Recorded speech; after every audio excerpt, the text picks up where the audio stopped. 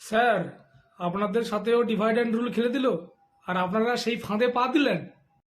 সেই 2011-তেও আমরা সবাই ফাঁদে পা দিয়েছিলাম, তার ভোগান্তি এখনো ভুগছি, হয়তো আরো ভুগতে হবে, জানি না। তা আপনারা শিক্ষক হয়েও সেই ফাঁদে আবার পা দিলেন।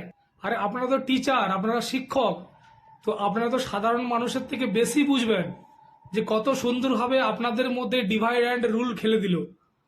আরে যেখানে সুপ্রিম কোর্ট পারলো না যোগ্য অযোগ্যদের বাছাই করতে, সেখানটাতে যোগ্যদের নিয়ে মিটিং করলো আর অযোগ্যরা বাইরে পড়ে থাকলো, আর আপনারা যোগ্যরা হাততালি মারছেন। প্ল্যান এ প্ল্যান বিতে চাকরি করবেন। আরে প্ল্যান এ তো ওই কদিন পরে আপনার এই চাকরি তো হবে না, এরপরে আপনাদের ওই সিভিক টিচার, প্ল্যান বি হলো সিভিক ভলেন্টিয়ার, প্ল্যান সি ওই সিভিক ডক্টর হবে, আর প্ল্যান ডি হয়তো পৌরসভার গ্রুপ ডি চাকরি। তো আপনারা যদি 26,000 জন একসাথে লড়াই করতেন তাহলে হয়তো কোনো একটা রেজাল্ট দেখতে পেতেন। সেখানে আপনাদের মধ্যেও ডিভাইড অ্যান্ড রুল খেলে দিয়ে যোগ্য অযোগ্য আলাদা করে তাদেরকে গেট পাস দিয়ে তাদের সাথে মিটিং করে নিল, আর আপনারাও হাততালি মারছেন, বাহ টিচার বাহ।